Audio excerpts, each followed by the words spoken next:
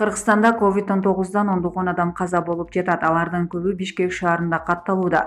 Биздин оператор борбордогу өлүканага барып, бүгүнкү абалды тартып келди. Агым абдан көп болууда деп айта албайбыз, дешти Республикалык соттук медициналык экспертизанын кызматкерлери. Бул жерди эл Сүйөркулов көчөсүндө жайгашкан өлүкана катары билет. Алардын айтымында сөөктү негизинен Семетей мурдагы Ганси базасы госпиталынан алып келип жатышат. Иш күндөрү эшиктин алдынан киши кетпейт, үй бүлөсү жакын адамынан сөөгүн алып кетиш үчүн күтүп турат. Жаңы эреже боюнча моргдун кызматкерлери маркумду дезинфекциялап беришет. Ал жерден түз эле мүрзөк алып кетишет. Кыргызстанда коронавирус менен катталган учур 23.783-кө жетти. Алардын ичинен 785 адам көз жумду. Өткөн суткада 83 адам каза тапса, анын ичинен 33-ü Бишкекте болду. Булак чындык KG.